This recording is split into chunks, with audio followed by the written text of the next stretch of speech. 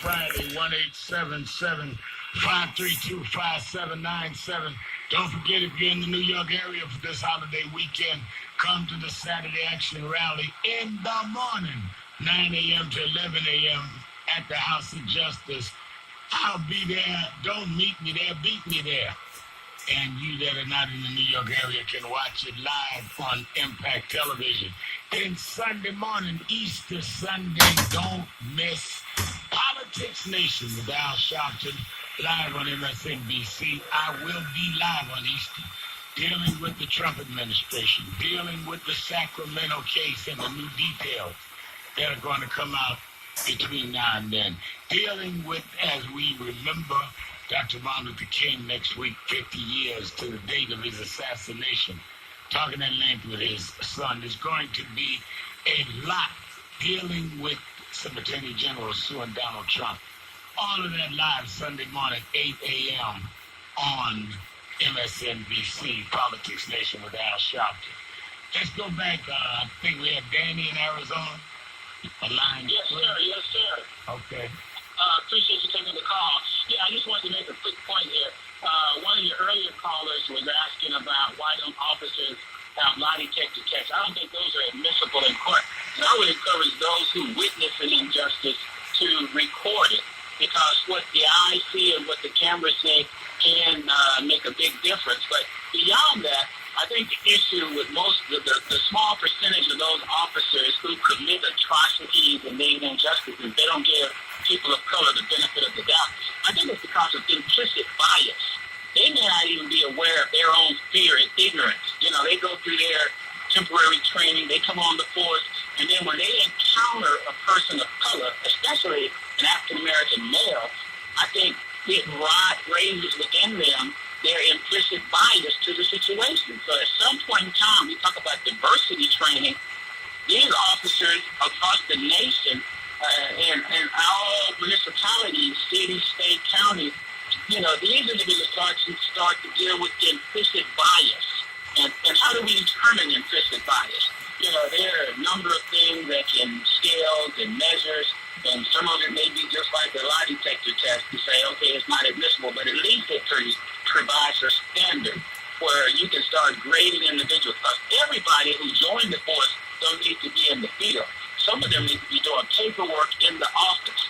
They don't need to go out there and try to encounter a situation which is difficult at best to to get involved in.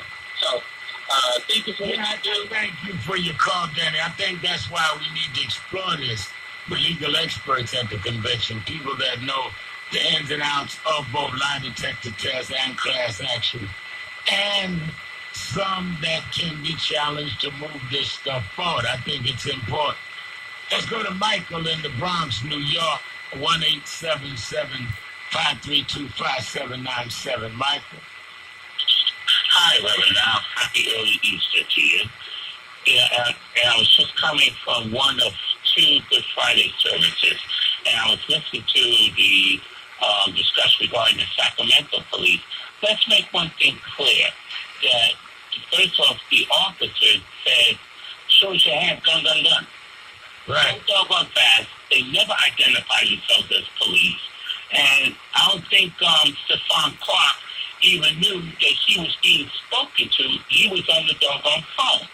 And who's to say that these cops went to the wrong address? But my problem, especially on this Good Friday, is when Sarah Huckabee Sanders going to say that shootings of police towards African Americans, that's a local issue. Give me a doggone break when your boss, Ms. Huckabee Sanders, was in Nassau County some months back at an address heard from multiple police officers across the nation when he said, don't be so nice to suspects, especially, African Americans, minorities. Go ahead and rough them up a bit and slam their heads on the hood of the car. He advocated for police abuse and directed it towards the people that he has bigoted prejudice against.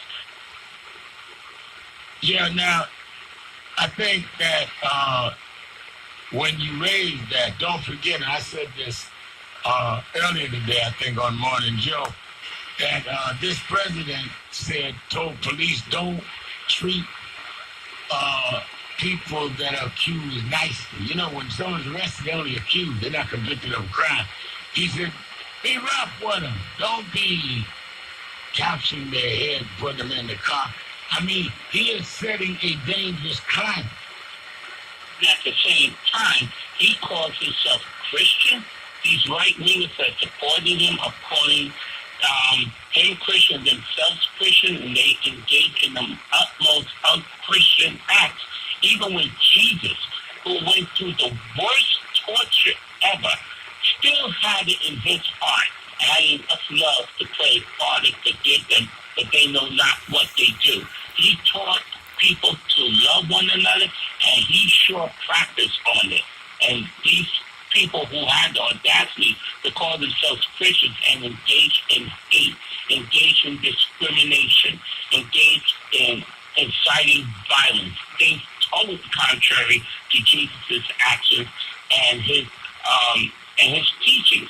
There are people who just don't get it and have the God-forsaken audacity to be hijacking and misusing the Christian religion, using the religion as a prop, the same way right-wingers use cops as props when they say listen to the cops, but they don't want to listen to the cops when the cops say we got certain guns on the street that should not be.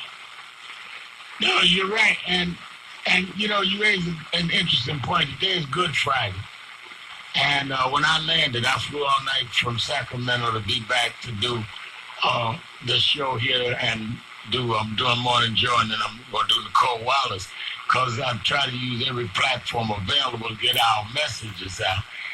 I wonder what kind of people celebrate the crucifixion of Christ and then turn their back on people that are being murdered, that are being starved, that are subjected to economic conditions that are unfair. What Christ are you commemorating? So you raise an excellent point there. Thank you for your call, Michael. Let's go to Pam in Chicago, WVON 1690, home of the Governor Cliff Kelly on line 1. Pam. Hello, Reverend Sharpton. How are you? I'm good. How you doing, Pam? Overall, I'm well. Disgusted about what we have to endure, but we keep on moving and pushing and making a difference. Yes, ma'am. First, let me say, Reverend Sharpton, for those who commend you, I'm asking, let's show that with some financial support. Let's get some membership. Let's send organizations let's send money and membership to organizations who are doing the work.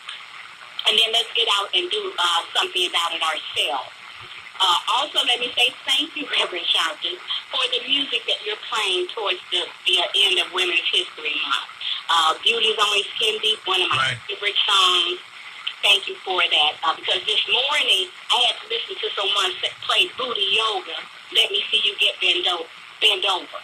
And I think that was very disrespectful, but I'll deal with that another time.